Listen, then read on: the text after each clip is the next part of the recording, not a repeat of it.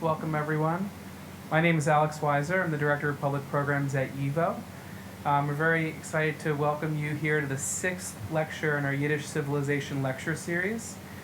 This has been a series exploring some of the breadth and depth of Jewish history and culture that our archives and our library are the custodians of the history of. And it's both a part of our summer Yiddish language program, which educates about 75 students from all around the world in not just language, but also in literature and in history and culture. And so this lecture series has both been a part of the curriculum for the students, and it's also a way of inviting the broader public into the Yiddish summer program environment. So we're really thrilled to have you all here for it. Today is a very special lecture, which is on the history of Yiddish scholarship and YIVO itself. We're really thrilled to have Cecile Kuznitz, who is something of YIVO's own historian. Cecile is the Director of Jewish Studies at Bard College, and she's a really wonderful, amazing scholar that you're going to hear a lot from today. And so without further ado, I would like to welcome Cecile up.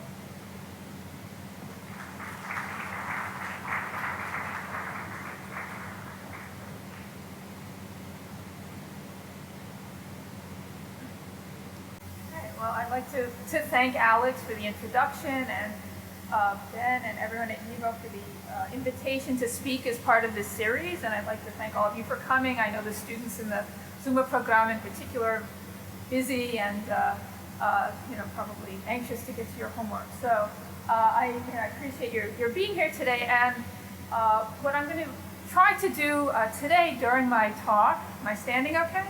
Okay, I can't move, right? I'm sitting here. Okay. I'm going to try to do at least two things in my talk today. I'm going to try to provide a kind of overview of the history of Yiddish scholarship from its origins to the present, if we have enough time to get that far. And then in the middle, I'm going to focus on the leading, most important exponent of modern Yiddish scholarship, which is, of course, the YIVO Institute. Focusing on YIVO and its work in the interwar period in terms of kind of more of its intellectual accomplishments as a scholarly institution than in some other talks I've given here and elsewhere talking about other aspects of YIVO's work.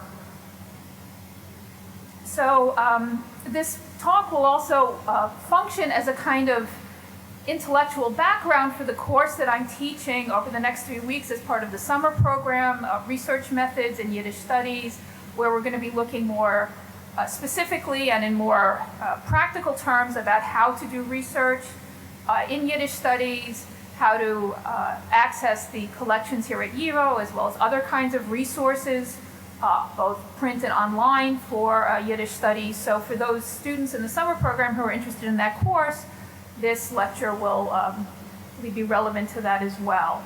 Okay. So I'd like to start just by mentioning a fact that's probably familiar to most of you, the traditionally low status that Yiddish occupied in Jewish society, that Yiddish was considered as the famous introduction to one Yiddish, pre-modern Yiddish book went, that Yiddish a language for women and for men who are like women, meaning men who are uneducated. So the status of Yiddish as a language for the uneducated, a language that was held in generally low regard, meant that the idea of conducting research into the Yiddish language or conducting research or writing scholarship in the Yiddish language was kind of counterintuitive according to the values of traditional Jewish society. It wasn't seen as important enough, right, to serve in those functions. So that helps explain why some of the very first research into Yiddish language and culture was carried out either by non-Jews or by people who didn't particularly like Yiddish. So the real start of Yiddish scholarship in the 16th century really evolves among German Christian scholars who are interested in Yiddish either for linguistic reasons, because they see it as a kind of curiosity or an adjunct to their study of Germanistic, of German linguistics, for religious reasons, either because they are Christian Hebraists who are studying Hebrew and are interested in learning about Jewish religious texts, or interested in proselytizing to Yiddish-speaking Jews, or also those who were interested in Yiddish as an element in the jargon of a kind of criminal underworld that thought that Yiddish would be a window into the supposed nefarious doings of Jews who are involved in underworld activity. In the Jewish context, some of the earliest research into the Yiddish language comes as a part of multilingual glosses, kind of dictionaries, or attempts to explain terms in the work of Rashi, or the Renaissance scholar known as Elia Levitas, who wrote some of the most famous works of pre-modern Yiddish literature, who also composed kind of multilingual glosses, right, that serve as a sort of primitive form of dictionary. In the Jewish context, some of the most important early research into Yiddish publishing and book lore came about as part of the visnshaftlekher movement in the mid-19th century, when German Jewish scholars really developed a new approach to the study of Jewish life and culture, one that wasn't rooted in a religious worldview, but was interested in researching Jewish texts, including religious texts, as kind of secular texts that could be analyzed through empirical methods and analyzing Jewish history in an empirical vein. And most of these scholars had a negative view of Yiddish, which they saw as an impediment to the integration of Jews into European society. But nevertheless, as they set about researching Jewish texts, Yiddish kind of fell within their purview. So one of the earliest important catalogs to include important early Yiddish texts was compiled by the bibliographer and book collector Moritz Steinschneider, who included Yiddish texts among his work, along with what he was primarily interested in, which was Hebrew publishing. So this began to change. We begin to see new developments in the history of Yiddish scholarship in the late 19th century, and I want to mention here two factors that kind of played into a new approach, a new interest in researching and documenting Yiddish language and culture.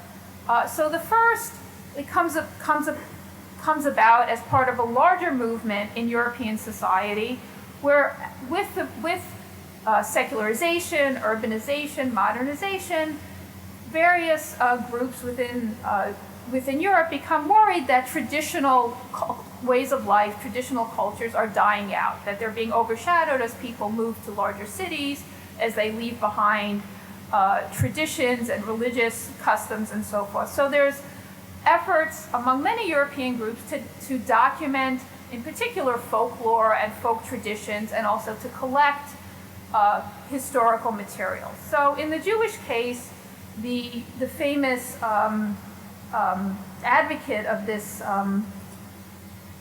approach is, of course, the historian and theoretician of diaspora nationalism, Simon Dubnow. This is a photo from a later period that shows Dubnow together with some of the leading figures of YIVO at YIVO's 1935 World Convention.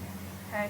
So in 1891, Dubnow publishes a famous article where he laments the fact that many important documents of Jewish history in Eastern Europe are scattered and uncared for, and people don't know where they're located. And he calls on his readers to record the historical materials in their own towns, and to, in some cases, to send them to him so that they will be preserved. And a small portion of that material is today in the YIVO archive. So Dubnow's call leads to the creation of the Jewish Historic Ethnographic Commission in Russia, and also to the creation of the first journal to deal with Russian Jewish history, Evreiska Starina, and this is one sort of impetus on this growing consciousness about the need to be concerned with East European Jewish history, and particularly the written documentation of that history. Another kind of precursor to YIVO's work are the famous expeditions by the playwright and folklorist Shin Ansky, who organizes a series of expeditions right before the First World War from 1912 to 1914, where he and a team go among various Stadtlach, collecting examples of folk culture, both written and material culture, and also taking photographs. For example, in this photograph, this is one of many photographs of the interiors of synagogues, and I don't know if you can read, I know the caption is small, but in this photograph you can actually see Ansky. He's pulling aside the chandelier with his cane so that the photographer can get a better shot of the ark in the synagogue. So he's actually in this photograph. So the Ansky team documented through photographs, through recording oral folklore, as we see in this photo, as well as collecting examples of material culture. And this sense of urgency that this record of traditional Jewish life was under threat was, of course, intensified by the First World War itself, which led to the end of the Ansky expeditions, that the war itself and then the ensuing pogroms in Ukraine led to additional destruction and an additional sense of the need to both to preserve materials and to document the pogroms themselves. So Eliyahu Chirikover, who you saw in the earlier photo, who became the head of YIVO's historical section, organizes a project to create an archive of the Ukrainian pogroms, which is also now today part of the YIVO archives. So one point we can already see from these early efforts is the recognition of the need to collect materials, what in Yiddish is called Sammlung. Not really. In English it's called Sammlung. In Yiddish it's called Sammlen, right, to collect. So the idea that before any kind of research can actually be carried out, people have to have the materials at hand. The materials have to be preserved, they have to be made accessible, and that was part of what both Dubnov and Ansky recognized. Now, the second factor that I want to mention is more political in nature, and that's the rise of nationalism among various European groups in the late 19th century, as various peoples, ethnic groups, however you want to term them, in the multinational empires of Central and Eastern Europe began to develop aspirations for rights within multinational empires, for a degree of autonomy, and potentially even for independence, for a state of their own. And in these movements, one of the criteria for determining if a particular group was worthy of, let's say, the title of a nation and worthy of such political aspirations was based in the ideas of the Romantic nationalist thinker Herder, who argued that if a particular group had its own distinct history and culture, okay, then it could argue that as a distinct entity it deserved recognition as a nation. And in particular, the kind of culture that Herder sort of privileged was the idea of folk culture, called in German the Volksgeist, the idea that each folk, each people has a distinct culture and spirit that comes out in their folk culture.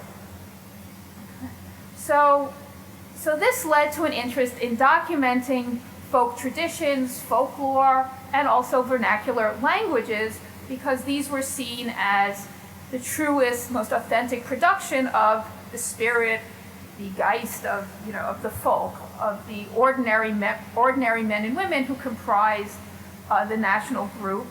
And so there was this interest in documenting folk languages and cultures, and also standardizing them, researching them in order to raise their prestige from the level of the traditional low level, as I mentioned at the very beginning, similar to what Yiddish had in Jewish society, right? To raising them from the level of a folk culture, a folk language, to something that was considered on the level of the great European languages. So this also fed into this interest in documenting folk traditions and vernacular languages, because it had this political import. So, of course, in the case of Jews, as often is the case when Jews adopted these ideas, things became more complicated, as it often is the case in Jewish history. right? So we have two parallel national movements, the Zionist Movement, which aspires for the recreation of a Jewish homeland in the Jewish historic homeland in the Middle East, and also reanimating, let's say, the Hebrew language as a vernacular language, as a spoken language, right, which it hadn't been at that point for close to 2,000 years. And alongside that, there arises Diaspora nationalism, the movement that Dubnov was a central figure, which argued that Jews should remain in the countries of their residence, primarily in Eastern Europe, as a minority group, but look for ways to strengthen their rights and the respect that they were accorded as a minority group, and at the same time to focus on developing their folk language, which was Yiddish. So at the same time, diaspora nationalists kind of idealized the fact, right, rather than looking down upon Yiddish because it was the language of the common people, for them that was kind of a plus because that showed that Yiddish really reflected the culture and the spirit of ordinary Jews, which they saw as, as a positive thing. But at the same time, it was very important for them to develop and standardize the language so that it would be seen as being on a level with other European languages, other national European languages.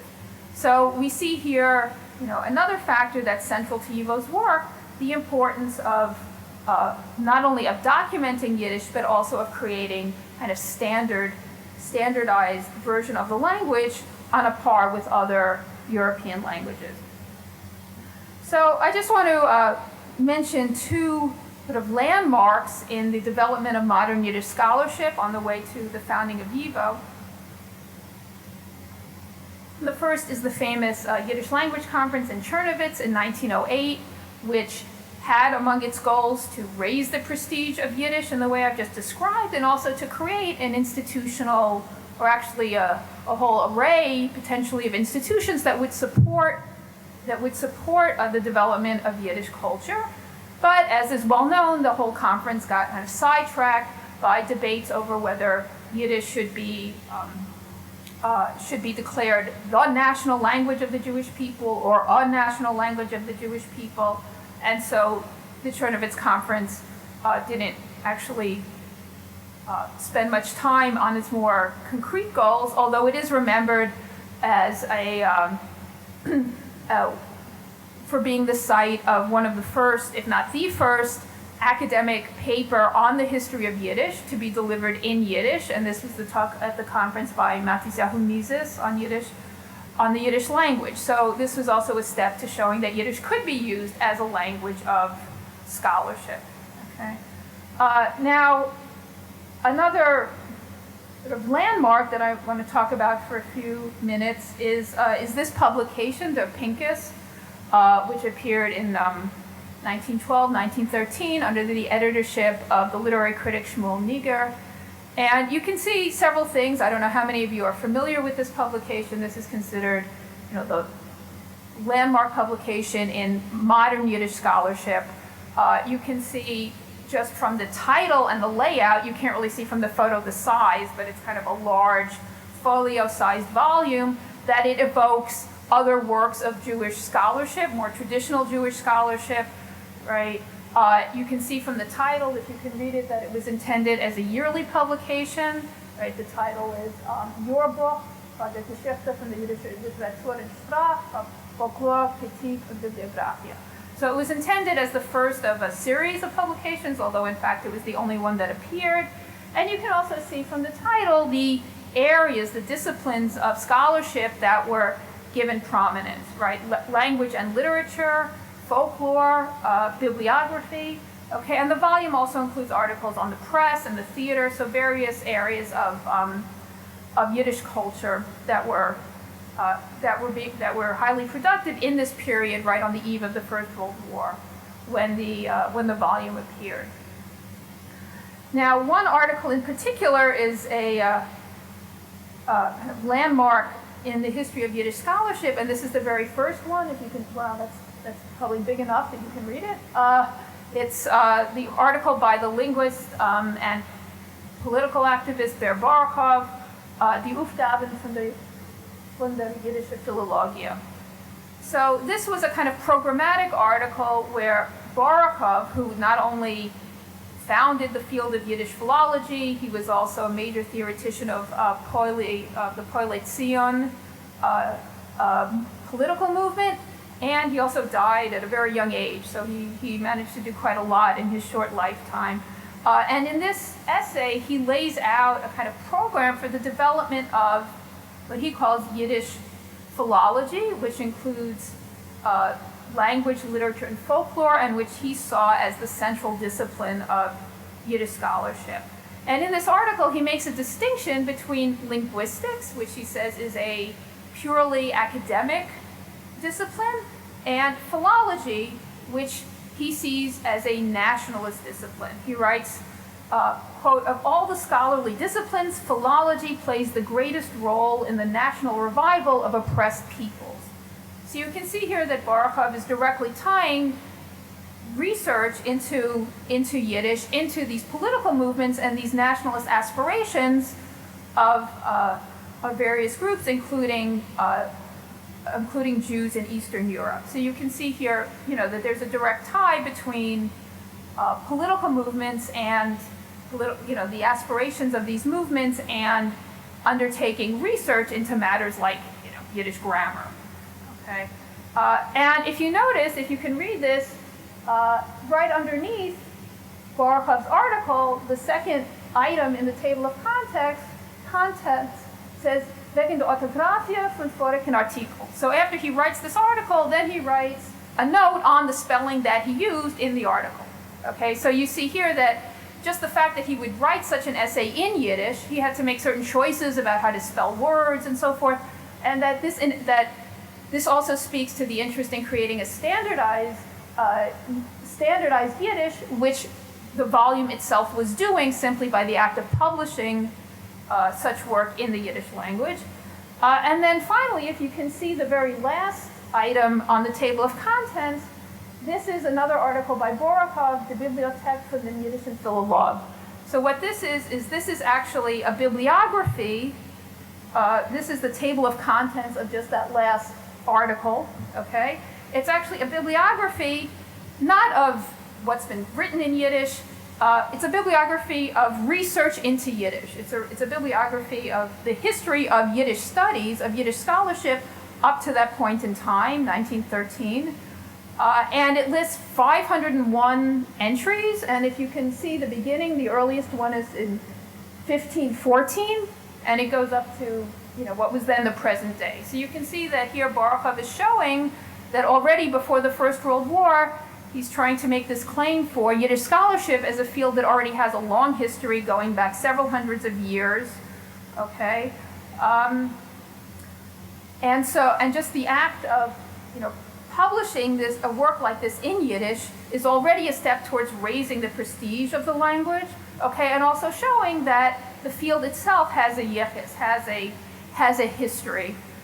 Okay, and in practical terms, it was also considered, just the way that collecting materials was considered an important step on the way towards carrying out Yiddish research, compiling a bibliography like this was also a crucial early step, because it showed that scholars needed to have some kind of survey of what work was already done in the field, what was available, right, before they could take the field further.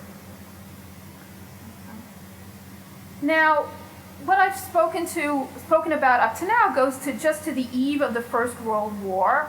And in the period before the First World War, there were some discussions here and there of creating an institutional base for Yiddish scholarship. And the first serious discussion of this is advanced by the linguist and the literary scholar Nachum Stiff,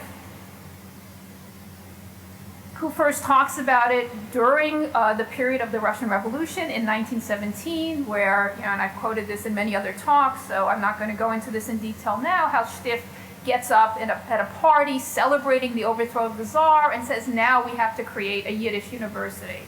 This is our task, okay?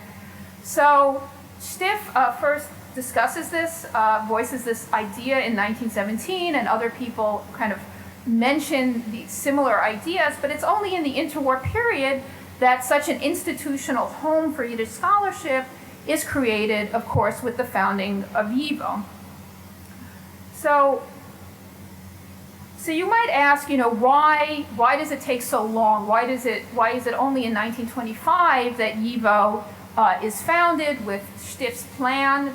His first detailed plan is a memorandum that he composes, a lengthy memorandum that's published in 1924 while he's living in Berlin, and he sends this memorandum around to various activists to try to rally support, and the most enthusiastic support for his plan comes from Vilna, led by the scholars Max Weinreich and Zalman Reisen, who themselves had discussed creating an institute in Vilna.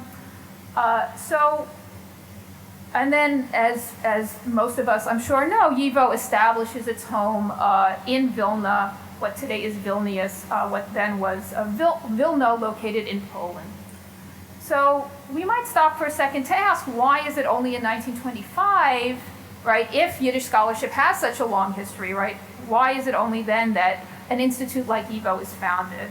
So I think there's, perhaps a couple of reasons for this. One thing I'd like to mention is the minority treaties that newly independent states like Poland and the Baltic states were forced to sign at the conclusion of World War I, when they gained or regained national independence, where they promised to provide guarantee certain kinds of rights and provide certain kinds of support to their national minority populations. And the Jewish population of those countries was recognized as one such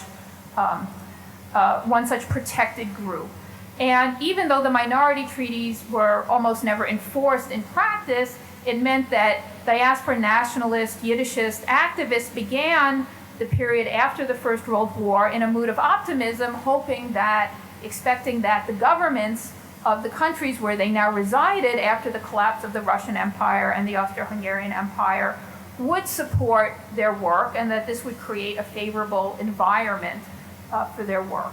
And we should also recall, since I'm trying to give a kind of broader overview of the history of Yiddish scholarship, that in the same period, in the 1920s, this is when institutions for Yiddish scholarship were established by the Soviet government, specifically in Minsk and in Kiev, where, as I'm sure some of you know, the Soviet government prohibited religious activity, Hebrew publishing, but it did officially support Yiddish language publishing, Yiddish schools, and also scholarship in Yiddish. And it did establish these two institutions where scholars carried out their research and published in Yiddish in many of the same areas that YIVO was interested in East European Jewish history, in Yiddish literature. Of course, the caveat being that this was all subject to government restriction and eventually to government censorship. But at least for a short period at the beginning, this seemed to diaspora nationalists living in Poland like a dream come true. I mean, here was a government that was recognizing Yiddish and supporting scholars who were making their living researching Yiddish and financing their publications. And the Soviet academies were very productive for the short period of time that they were in existence, although of course their work had this political coloring. Okay. The final point I'd just like to mention is, you could also make a case that Yiddish culture had to develop to a certain point, right, until an institute like YIVO could be established.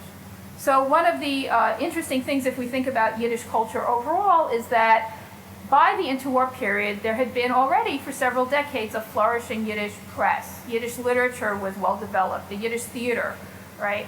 And really the last areas of Yiddish culture to develop were Yiddish scholarship and the Yiddish secular school system. So educational and research activities.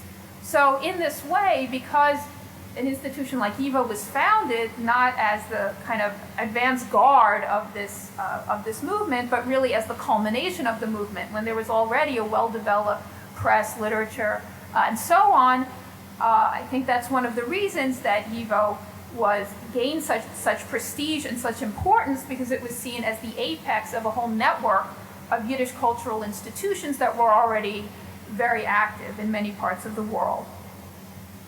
So to talk about YIVO itself and YIVO's work, so when YIVO began its activities in 1925, as I mentioned, I'm not going to go into detail now, but just mentioning briefly that after Stift got the ball rolling from Berlin, and the plan was taken up in Vilna, and then there were branches established in various cities, including New York, but the most active center was in Vilna, and there were 4 research sections that began their activity more or less along the lines that Stift outlined in his memorandum. So the largest and most active section, which you could probably guess based on the background that I provided, was the philological section, which included the study of language, literature, and folklore, following Borokov's sort of vision of philology as the central discipline of Yiddish scholarship. And the philological section had several commissions that were like sort of subdivisions. One of the first to really become active was the Bibliographic Commission, which is in keeping with this idea that a first step to research is to simply assess what's already out there, right, by compiling bibliography. Another main goal of the section was to standardize, to create standards for the Yiddish language. So as the linguist Yudel Mark, who was one of the early supporters of YIVO, put it, there must come 10 Moshe Rabbeinus for the Yiddish language, 10 national philological lawgivers, and then Yiddish will be suitable for light, for respectable people. And we can see that this was both for reasons of the prestige of the language, as I've described, and also for practical reasons, that if there was a Yiddish press and there was a Yiddish school system that was being developed at the same time, that many of the people active in these other areas of Yiddish culture wanted guidelines. If you're going to teach Yiddish in an elementary school setting, what rules do you teach? What spelling system do you teach? What vocabulary do you use in the classroom? So one of the other early areas of YIVO's work was the work of the Terminological Commission. You can see this here. This is actually a photo montage showing some of the members of the commission with files on terminology for different, looks like different parts of a watch and also shoes, okay? And only the most far-reaching work of YIVO in the terms of standardization was the creation of the standard Yiddish orthography. So those of you who are in the summer program now, learning the spelling rules, wondering why do you have to learn these particular spelling rules, right? This is because at the YIVO conference, they argued for 7 hours over the various aspects of Yiddish spelling, and they agreed upon this standardized Yiddish spelling system, which is in wide use today. Okay. Now, probably the best known division of the philological section was the work of the Ethnographic Commission, which collected folklore. And as I've already explained, some of the reasons why folklore was seen as so essential, right, to YIVO's work and more broadly to other similar movements in Europe at the time, that it was seen as the kind of quintessential product of folk culture. So there was an effort to document stories, songs, proverbs. This is just one example of many, many examples that are here in the YIVO archives. And the effort to collect folklore of all kinds, although there was an emphasis on written and oral texts as opposed to material culture. This was so successful that by 1929, the Ethnographic Commission had accessioned 50,000 items of folklore. Now, one question we could ask here is how, when I say the Ethnographic Commission accessioned these items, how did it get these items? How did it get 50,000 items of folklore? And for that matter, how did it get all the terminology that you saw in the previous image? And here, YIVO relied, as is well known, on a network of collectors or Sammlers that it recruited among its supporters throughout the world, but disproportionately in the areas where YIVO support was strongest, namely Vilna, the region around Vilna, the eastern Kresy of Poland, the Baltics, what's known in Jewish geography as Lita, Lithuania. Not the present-day borders of Lithuania, but a much larger geographic area. But Zomlers also sent material into YIVO from all over the world, wherever Yiddish-speaking Jews had settled, from South Africa, from Canada, from Palestine, from Australia. And the most famous examples of this are, I think, the efforts to collect folklore, and probably the most successful initiative. But I'd just like to emphasize that the Zomlers sent in all kinds of material. They sent in historic documents, terminology, statistics, and also, crucially, they collected money to support the work of the Institute. I'm not going to go in today into details about the finances behind YIVO's work, but I mentioned the minority treaties earlier, but also the fact that the minority treaties in practice were almost never enforced, and so YIVO did have to find alternate ways of funding its work, and one strategy it used was to try to turn to its grassroots base of support for small donations. So the work of the Zomlers was important in practical terms because simply the YIVO collections, which are here today in this building and which today are still attracting researchers from around the world because they're the world's largest collections on East European Jewish history and culture, were built literally from scratch, largely by the work of the Zomlers. So that's certainly no small feat, but their work was also considered important in a kind of symbolic sense because of this connection that I've mentioned between YIVO as an institution promoting Yiddish culture and researching and documenting Yiddish culture, and the role of Yiddish as the language of the folk, of ordinary people. So YIVO saw one of its main goals not only to carry out research that would be of interest to a small group of scholars or a small group of advanced students, but really carrying out work that was essential to the Jewish community in Eastern Europe and to Yiddish-speaking Jews all over the world.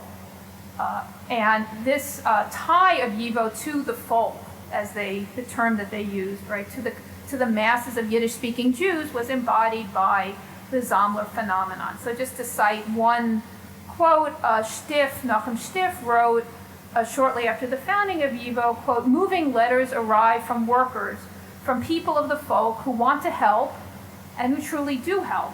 They consider the Institute their own cause." Okay.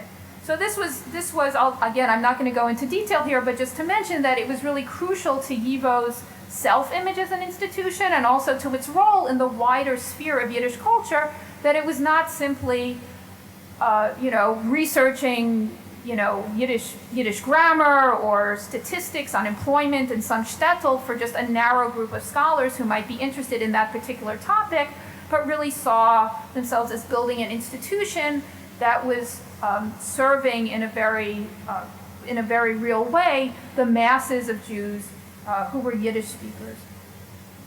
Another aspect of YIVO's work that I want to stress here is its focus both on documenting and researching the Jewish past, but also doing the same for contemporary issues facing Jewish society. So this focus on the past we can see in its role as an heir to the work of Dubnov and Ansky, right, trying to preserve the evidence of Jewish history or traditional ways of life that might be dying in an era of modernization and secularization. And we also see this in much of the wording, the approach of the Ethnographic Commission in its attitude towards the collection of folklore, which it associated with a traditional way of life.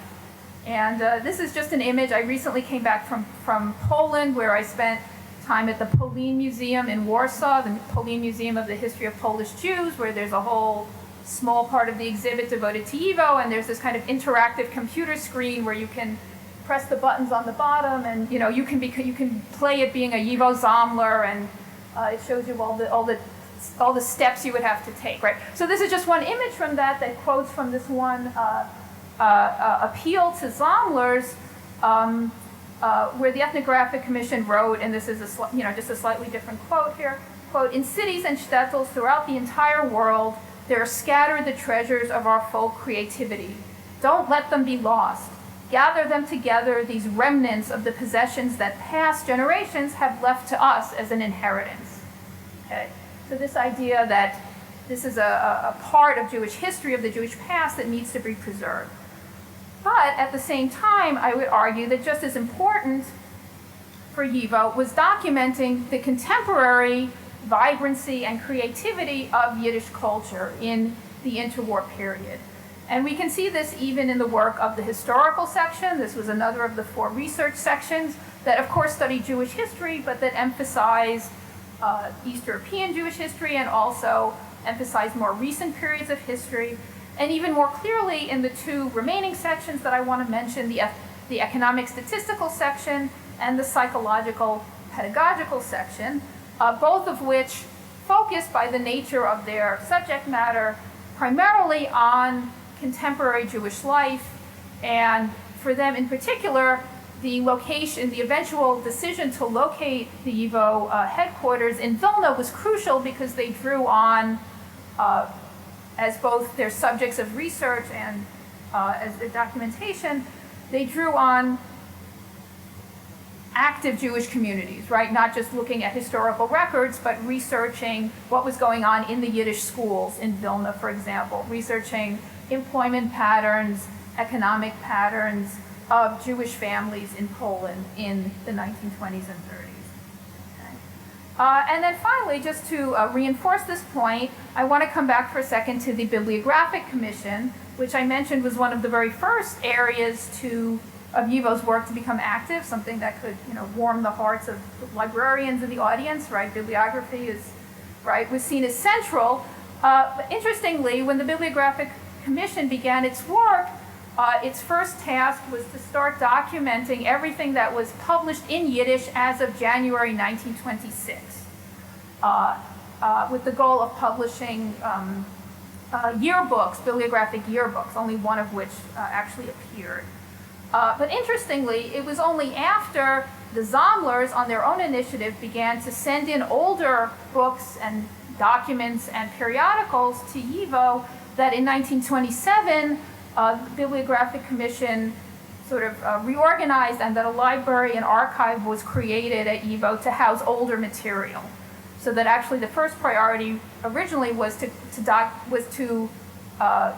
keep track of and collect current material that was then coming out in Yiddish as it appeared, and then slightly later there was created a framework for older material. Okay, so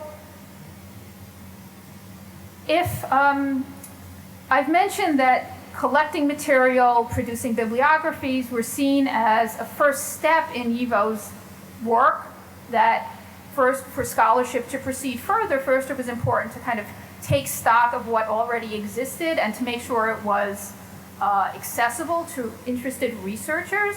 And in many cases, YIVO's work, because of its limited resources, never went beyond that stage. So as a word of encouragement to any potential graduate students, in the audience, right, there's a lot of material that was collected at YIVO in the pre-war period that was just collected and never really analyzed or used for analytical research.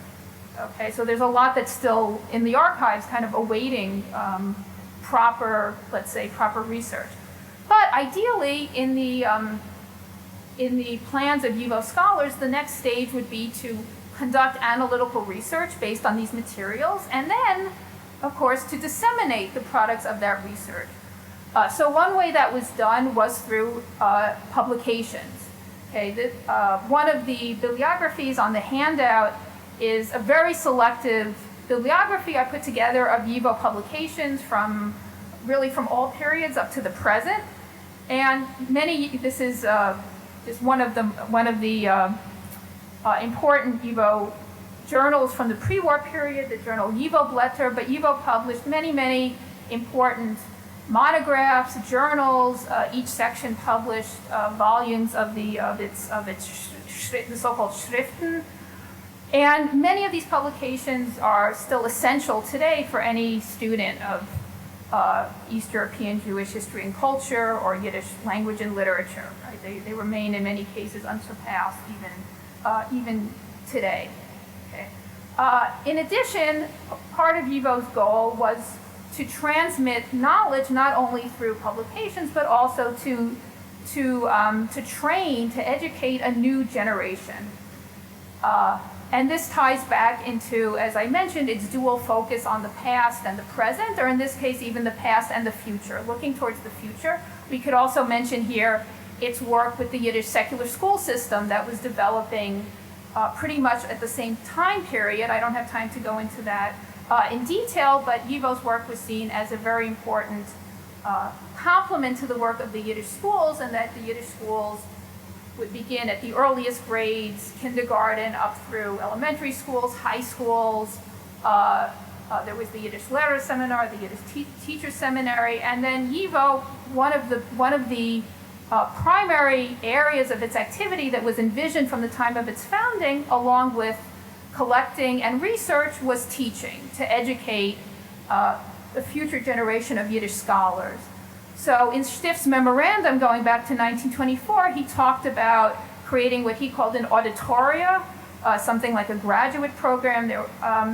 And eventually in 1934, a more modest version of this was founded at YIVO with the creation of the Aspirantur program, which was designed as kind of the equivalent of, we might say, a one-year master's program, let's say, where the idea is that students would come to YIVO, they'd be given small stipends, they would attend lectures and classes, undertake a research project, and also spend some time working in the YIVO collections.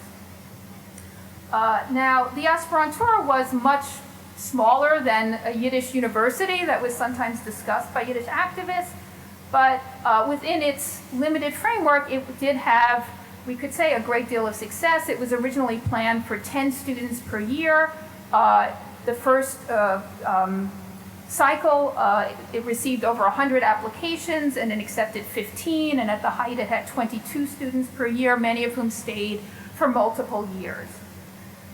And the goal of this Aspirantur, in the words of its founders, were, quote, to prepare a new cohort of Jewish scholars, a qualified Jewish intelligentsia, future teachers, guides, leaders, and builders of the life of our people. So the idea that this was an effort to plan for the future, to look towards the future by creating a future generation of scholars, but also kind of leadership, intellectual leadership for the Jewish community. And I also want to mention, in a related vein here, another division of the Institute that was also founded in the same year in 1934, and this was the Division of Youth Research. So this was an initiative largely of the scholar Max Weinreich, who was YIVO's really leading administrator and intellectual in this period, as well as in the post-war period. He was the only YIVO leader to survive the war and to relocate to New York. And as Weinreich became more interested in the social sciences in the 1930s, he was also interested in researching Jewish youth to try to find ways of addressing the challenges that they faced as they contemplated their future in Poland in this period of unemployment and rising anti-Semitism. And he did this by collecting personal documents, most famously by organizing a series of autobiography contests where Jewish youth between the ages of 16 and 22 were invited to write their autobiographies and send them in to YIVO for certain prizes that were offered to the winning entries. And as is well known, these contests were a great success. Over 600 submissions were received from over a dozen different communities. And we could say that they were a success perhaps in two different ways. So for Weinreich, in the mid and late 1930s, he considered the materials that were amassed through the autobiographies contests a crucial tool for studying Jewish young people and for gaining insights into their lives. And as he used them as the basis for his study, der Weg zu unserer Jugend, to try to formulate a way of addressing the challenges that they face. And now for us, for later scholars, they're an invaluable historical source because they represent kind of unvarnished look at the lives of Jewish young people in this period, something that could never be replicated later on because, of course, nobody knew in that period, as bad as conditions were, what lay in store for most of the authors of the autobiographies. And I would say that the autobiography collection is probably the single most studied and used collection in YIVO. And again, having just returned from the Polin Museum, it's striking that there's many, many examples of how materials from the autobiographies are used in the interwar galleries to document the lives of Jewish youth in this period. Okay. So I have like some more notes here that talk about all of Yiddish scholarship since World War II, which I don't think I'll cover, but let me just very briefly, just to kind of wind things up here, maybe keeping the focus on YIVO, just say a few words that, by now the old canard that there was no writing or discussion of the Holocaust, at least until Eichmann in Jerusalem was published and so on. By now this has been, really completely demolished, but I would just point out that I think one reason why so much of the writing that was produced during the Holocaust and immediately after the Holocaust and ever since has been overlooked by scholars is because so much of it was produced in Yiddish, and it was just overlooked by mainstream Holocaust scholars. But here again, YIVO was really a pioneer. Not only did it produce some of the first work during the war itself on the Warsaw Ghetto Uprising, it also immediately began collecting materials. By 1946, it had already amassed 100,000 items, Holocaust-related items. By 1949, it had over 1,100 survivor accounts, to the extent that when Yad Vashem was established in 1953, it came to YIVO asking for help, since YIVO was already established as a leader in Holocaust scholarship. And together, YIVO and Yad Vashem jointly produced a 15-volume bibliography of Holocaust research. And of course, there were other important centers for this kind of work. Most notably, I would just mention the Jewish Historical Institute in Warsaw, where the Ringelblum materials, the Oneg Shabbos materials, are housed.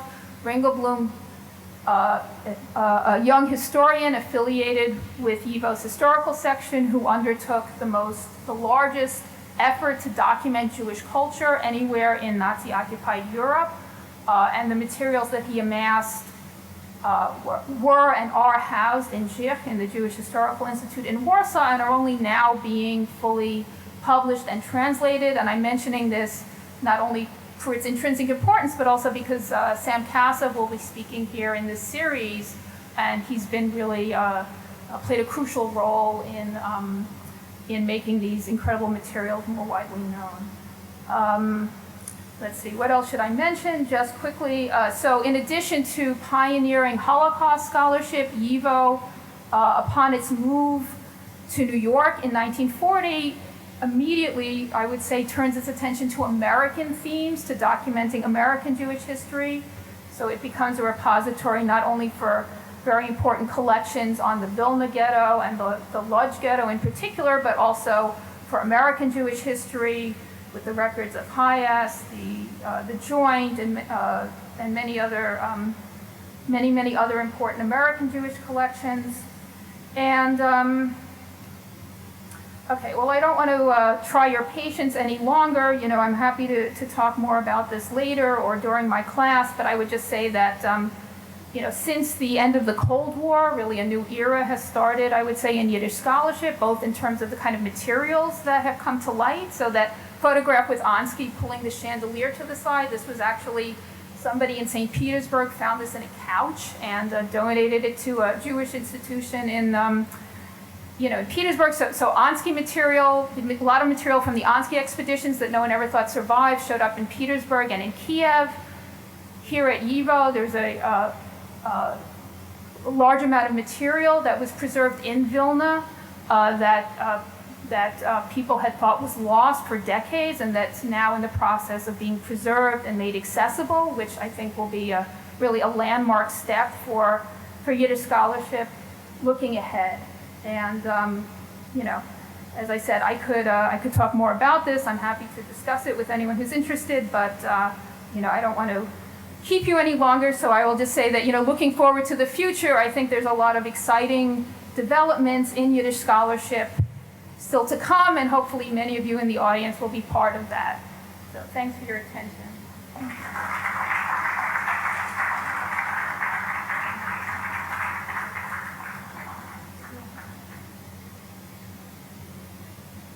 Questions?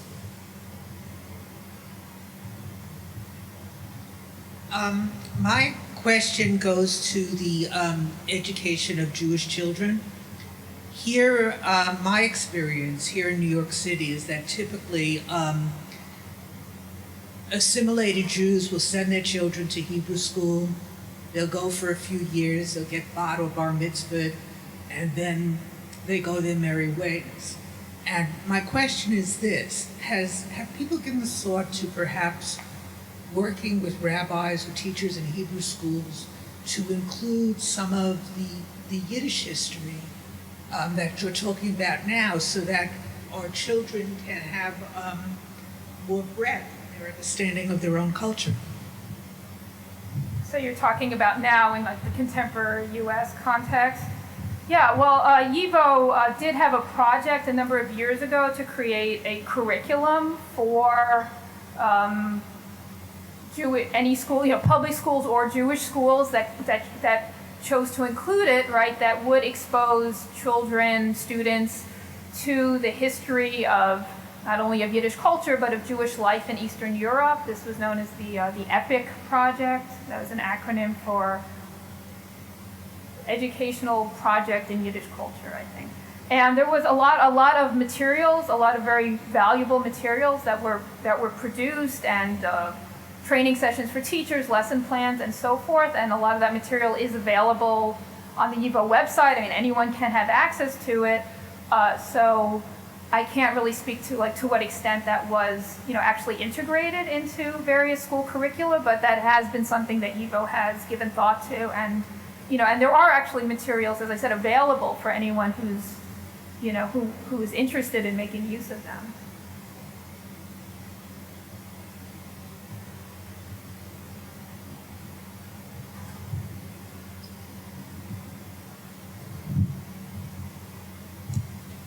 Thank you very much for the extraordinarily interesting talk. I actually wish you could go on for another hour on it, because it sounds like you have much more further interesting materials to present. But I wanted to ask you, YIVO came into existence at a time and a place when, of course, Jewish life in Eastern Europe not only had many problems, it also had enormously complex divisions, political divisions, religious divisions, Zionist, anti-Zionist, linguistic, and so on. And could you say a little bit more about how in its development it was viewed as political or not political, secularist or not secularist, socialist or not socialist in its orientation? To what extent did it participate actively or just study these kinds of divisions and their meaning? Okay, yeah, well, that's a very important question, which I didn't have time to go into, but I'm happy to say a little bit about it now.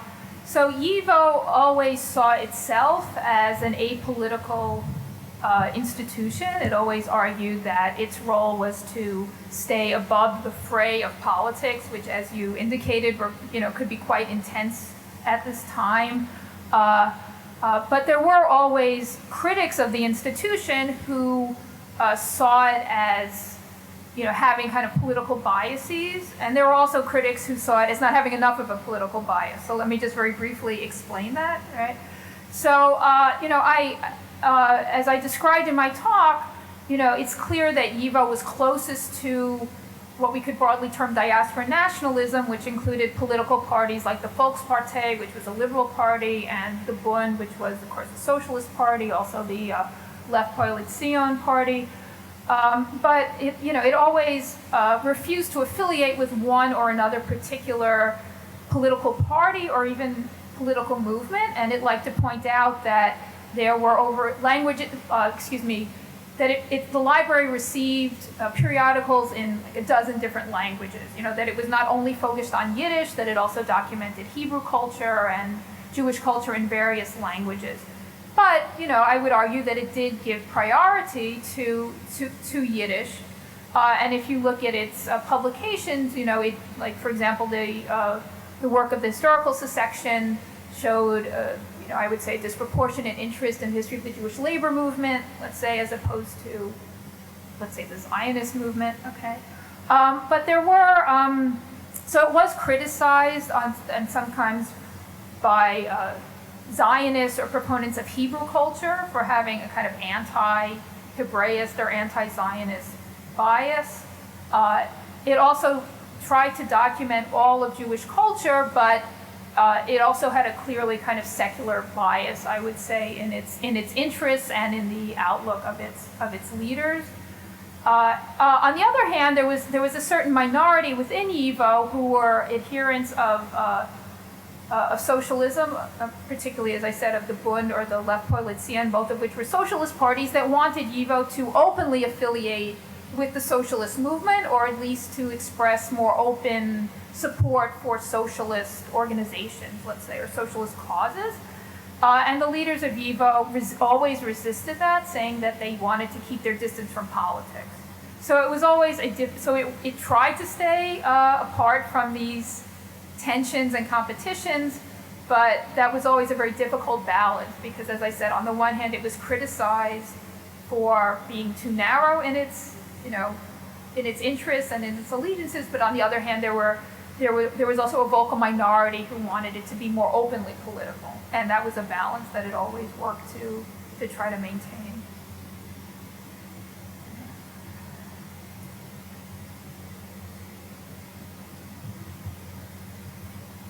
Thank you for your talk. I wanted to ask, Max Weinreich, he was famously interested in psychoanalysis. He translated Freud, he went to the lectures and stuff. And so I wanted to ask, can you tell a little bit what the influence of psychoanalysis had on the research of YIVO, the Department of Psychology and Education, and how did they evaluate their material in some kind of psychoanalytic view or something? Mm-hmm. Thank you. Yes, yeah. So as I mentioned, Weinreich was really the leading intellectual at YIVO, and he, in the early 1930s, he became interested in psychoanalysis as well as other social science disciplines like anthropology and sociology. He had a fellowship where he spent a year at Yale as part of a group studying personality and culture that within this kind of interdisciplinary social science framework, and he also spent half a year in Vienna, where he was also very interested in psychoanalysis and also the field of youth research, which carried over into, and all of these carried over into his work at YIVO. And as you mentioned, he did publish the only authorized translation of Freud into Yiddish, which is on my bibliography. So this was definitely something that was coming, I would say, in YIVO's work primarily from Weinreich's own interest, and he tried to incorporate it to some extent in the aspirantur program, in the training of the students in the aspirantur, although the students, really they chose their own research topics, so there wasn't a heavy influence on those fields, but Weinreich did try to integrate them into the training the students got, and also most notably in the division of youth research, where he used the autobiographies, as I mentioned in his study, as source material, and he really, among other approaches, tried, I think, to incorporate this kind of psychological approach to understanding how the pressures that Jewish youth were facing kind of affected their development, and also in trying to think about kind of future healthy development of these young people. So there's been some things written on this particular topic. I could give you some references if you're interested. But it's an interesting strain in YIVO's work, and I think it comes across most clearly in Weinreich's writing about Jewish youth also could mention in the post-war period when he relocates to New York, and he's thinking about how to reestablish, not only reestablish YIVO as an institution in New York, but how to think about building a continuity for Yiddish culture in a very different context, where the most pressing concern is not anti-Semitism, but kind of its flip side, right? Assimilation, right? The pressure of young American Jews to assimilate. How can you reinforce a kind of healthy, positive attitude towards their Jewish identity in general and towards Yiddish in particular, right? And there's elements, I think, of psychological analysis and how he approaches that. Could you say a word about YIVO's presence in New York City before the war and how the decision to move to New York City during the war happened? Okay, so so I didn't go into this in great detail, but when YIVO was first founded, the plan was for its headquarters to be in Berlin. That's where the initial plan was put forward from Nachum Stiff, and interestingly, Weinreich and Reisen, the main activists in Vilna, also agreed that the headquarters should be in Berlin. But the idea originally was that, from the beginning, is that it would have branches in major centers of Yiddish-speaking Jewry around the world, and that was realized to some extent. It's complicated, but it was clear from the beginning that New York was one of the places where YIVO wanted to establish a presence, and it was one of the first cities where Stiff attempted to contact certain leading figures in Yiddish culture, although interestingly none of the people he originally contacted actually showed much enthusiasm or even answered his letters.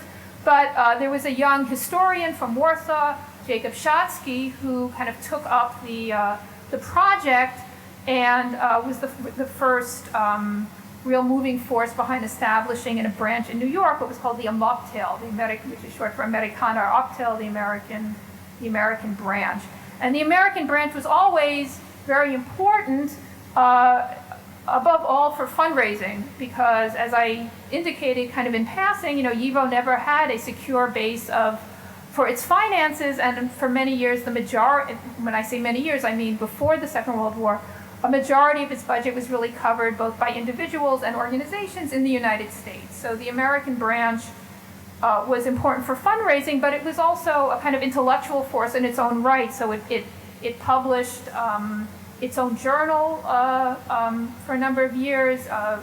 Schatzky and others took the lead in various research projects. So the New York branch was always important from 1925 on.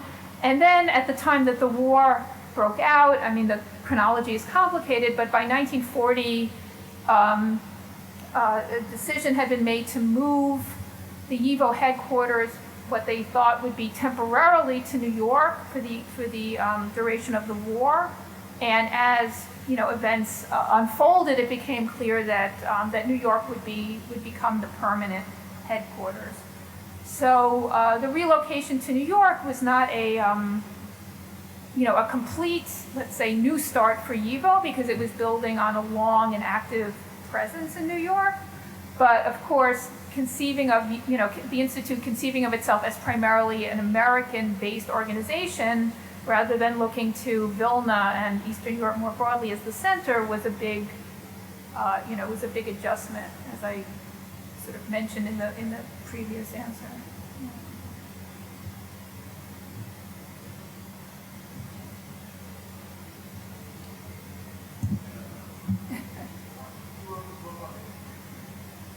Yes.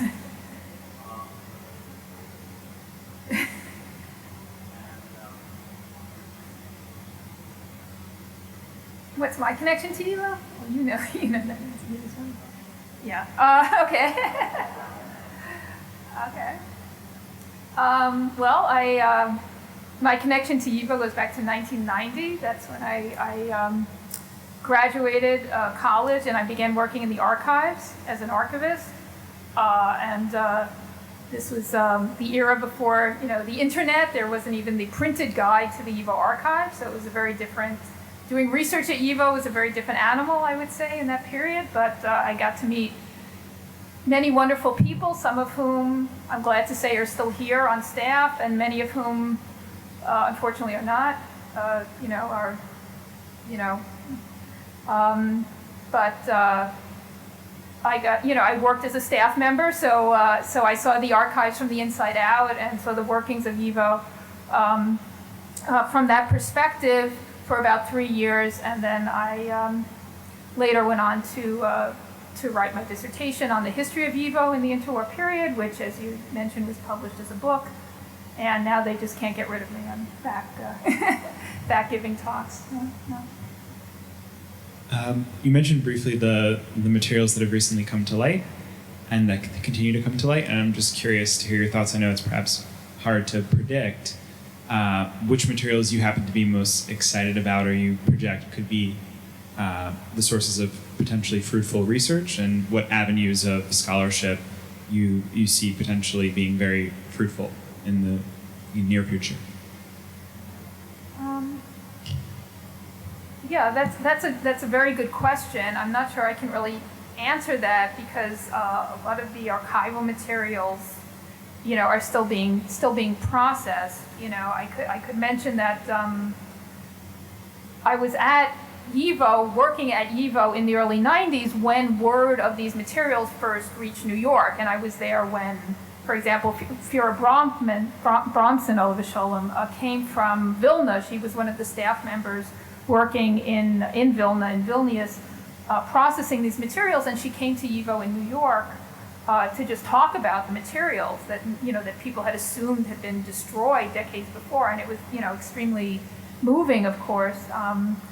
And the first batch of materials were brought in the mid-90s when I was working on my dissertation, and in the form of the documents were brought and then they were photocopied, and so I had the chance to use some of those materials in my research. And now at a later stage, they're being digitized and scanned and so forth. And as the project has gone on, more and more materials have come to light.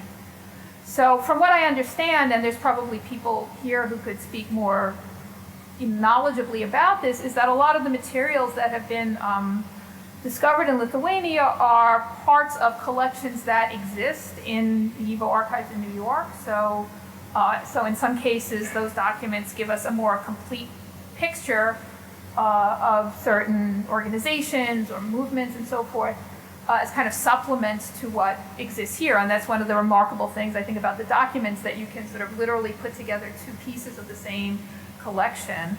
I know from just from what I've seen that there's some important materials from the Holocaust itself, from the period of the Nazi and Soviet periods during World War II, that that give us new insight into the period of the war itself and what was going on in Vilna. And these autobiographies of roughly half of the autobiographies survived and were brought to New York, and there's been more autobiographies, for example, found in the materials in Vilna, and each one is really a unique document that sheds light on the life of a Jewish young person from a unique perspective. So I think it's hard to say overall kind of how these discoveries will change our view, but I think there's a lot of exciting opportunities to people to really go through the documents and really get a fuller picture than was possible before. Hi, thank you for a really interesting talk. So your answer to this might just be no, but so Schiff's idea that you have branches of YIVO in other places in the world, between the wars, or during the war, in fact, as well, in Britain, there was a branch of YIVO. And I know this because the writer Aryeh Meir Kaiser was one of the chairmen of it. And also, in fact, in one of his stories, he wrote sort of comic stories of life in Britain, and he's talking about all sorts of things, cultural things, and he says, oh, it's a British YIVO. And I just wondered if you knew anything about the YIVO that was based in London or Britain. Yeah, I don't know a lot about this. I mean, I did, there was a student here last year in the summer program who was interested in this, and I spoke to him about it, and I sort of gave him some pointers on where to look for information. I don't know a lot specifically about the YIVO branch in London. I mean, I know that, you know, I don't think it was very large. I don't think it was one of the largest. I mean, in many cases in, you know, except in the largest communities, it was often, you know, if there was one or two like enthusiastic supporters, right, they sort of took it upon themselves to be, you know, to be the driving force behind activities on behalf of YIVO. So I know that there was, I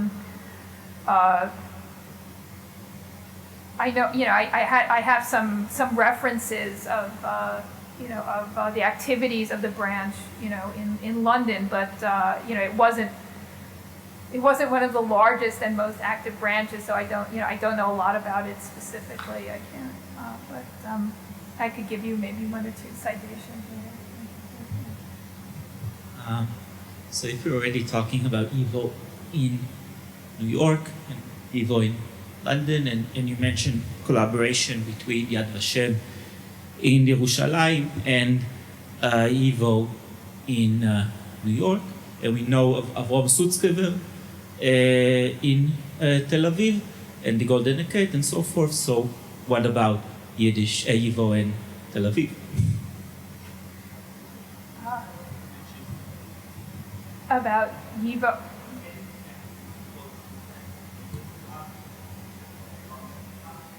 Yeah. Yeah. YIVO activities in, yeah. Well, there were, sorry? You mean after the Holocaust, or? Besides the Yad Vashem connection, yeah. Well, there were individual contacts between YIVO scholars, YIVO administrators, and people in Palestine before the Second World War. There were a number of Zomlers, collectors, you know, just of individuals who had settled there in Palestine and maintained a contact with YIVO and sent in materials to YIVO. There was also, sorry if I'm moving back, I hope the sound is okay. There was also contacts between YIVO's library and many different Jewish libraries around the world, because one way that they tried to build their collections, in addition to what I mentioned about Zomlers, is just trying to have an agreement with different institutions to exchange periodicals. You know, we'll send you whatever we publish, and please send us your periodicals. So, for example, this continued with Soviet institutions even after most contacts between Soviet and foreign Jewish institutions was impossible. They were just writing to the heads of library sections in the Soviet Union. So similarly, there was contact between YIVO and you know, libraries in Israel to try to get copies of publications for YIVO's library. And there were also, as I just said, there were also individuals who were living in what was then Palestine who were, you know, in touch with YIVO, either in some cases they were being asked to write for YIVO publications, or they were in touch about submitting materials for YIVO's collections. But, you know, on a broader kind of institutional level, you know, there was not really any, you know, any collaboration that I'm aware of. You know, I'm trying to think if there's anything beyond the work with, you know, with Yad Vashem that I mentioned. Yeah, I mean, there were individual. Yeah. Yeah, he visited. Yeah. Yeah, in the 30s. Yeah, Ken Moss is writing about this. Weinreich, just in a personal. Yeah, but. Yeah, I mean, I think he may have gone for the Forverts. I'm not sure if that's right, but because he was also a correspondent for the Forverts. But yeah, I mean, there were a lot of personal contacts, but on an institutional level, aside from these library contacts, I'm not aware of any. I mean, this is sort of a related point, but you know, sometimes people have asked me, well, after all, Hebrew University was founded also in 1925, just a few months, right? before YIVO was founded, so wasn't YIVO founded as a reaction, as a kind of reaction to the Zionist, Center for Scholarship in Hebrew University. And I would say that, I'm sure people at YIVO were aware of the founding of the Hebrew University, but I never really found any evidence that that was a kind of impetus for them, that either in terms of collaborating or saying, well, there's this Zionist institution for Zionist scholarship, so we need to have an institution for Yiddish scholarship. It just wasn't, I think, very much of a, of an influence directly on their, on their work. I think they were much more aware of what was going on in the Soviet Union, which was, of course, geographically closer, but also a place where scholarship was being done on similar topics and in the Yiddish language. Right, so in a sense, they had much more in common with those scholars. Thank you very much. Okay, thank you.